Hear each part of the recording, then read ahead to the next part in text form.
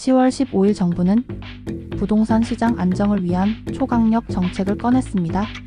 서울 25개 자치구 전역과 경기 12개 지역을 조정 대상 지역과 특이가 열지구로 묶는 것을 넘어서 토지거래 허가 구역까지 지정한 것입니다. 더 이상 집값을 잡을 수 없다라는 비판이 나온 지난 대책들이 효과를 내지 못하자 정부가 시장을 꽁꽁 묶는 강도 높은 규제를 꺼내든 셈입니다. 정부가 내놓은 부동산 대책, 어떤 규제들이 생겼는지 이제부터 자세히 알아보도록 하겠습니다. 가장 먼저 눈에 띄는 점은 규제 지역의 확대입니다. 서울은 용산, 서초, 강남, 송파 등 4개의 지역에서 전 지역으로 규제 지역이 확대되었으며 경기도는 12곳이 추가되었습니다.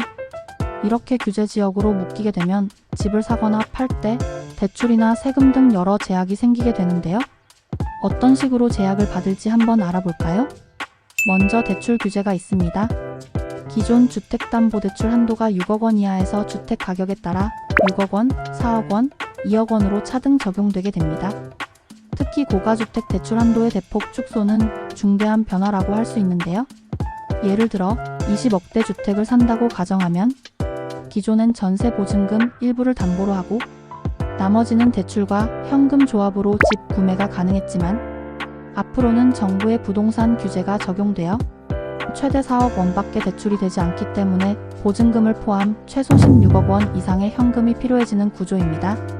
이 때문에 사실상 현금 부자만 집을 살 수 있는 거 아니냐라는 비판이 나오고 있습니다. 다음은 금융 규제입니다.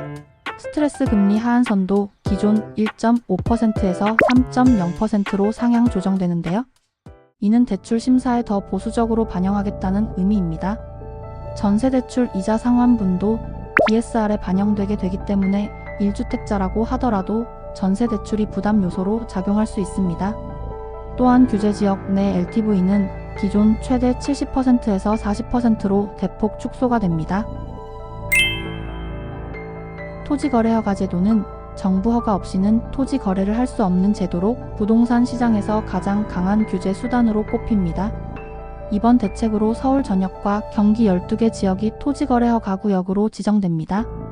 특히 아파트뿐 아니라 동일 단지 아파트, 동이 하나 이상 있는 연립 다세대 주택까지 포함 대상이 확대되었습니다.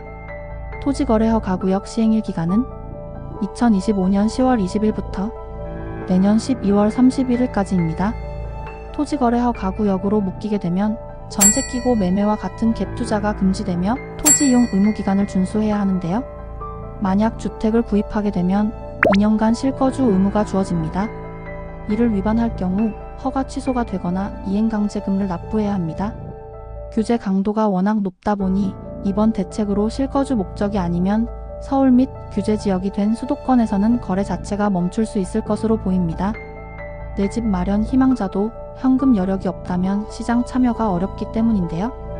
토지거래 허가 구역의 실거주 요건이나 대출 축소 조치가 실수요자들의 접근성까지 막는 결과로 이어질 가능성도 있습니다. 전세로 거주하면서 집을 사는 이른바 갭투자 방식은 어렵게 되었고요. 자칫 현금 부자들만 집을 살 수 있는 시대로 변형될 소지가 있어 보입니다. 또한 수도권 규제가 너무 강해져서 비규제 지역 또는 지방으로 수요가 옮겨갈 수 있는데 이는 정부에서 원하는 방향이 될 수 있겠네요. 하지만 이로 인해 누군가는 소외될 수 있고 정책에 빈틈이 생길 수 있는 위험이 있습니다. 10월 15일 정부의 강력한 부동산 규제 정책, 부작용은 없는지, 내가 지금 큰 불이익을 당하진 않는지, 또는 정부의 추후 규제 조절을 하지는 않는지 우리는 그에 대응할 수 있도록 면밀하게 지켜봐야 할 것입니다.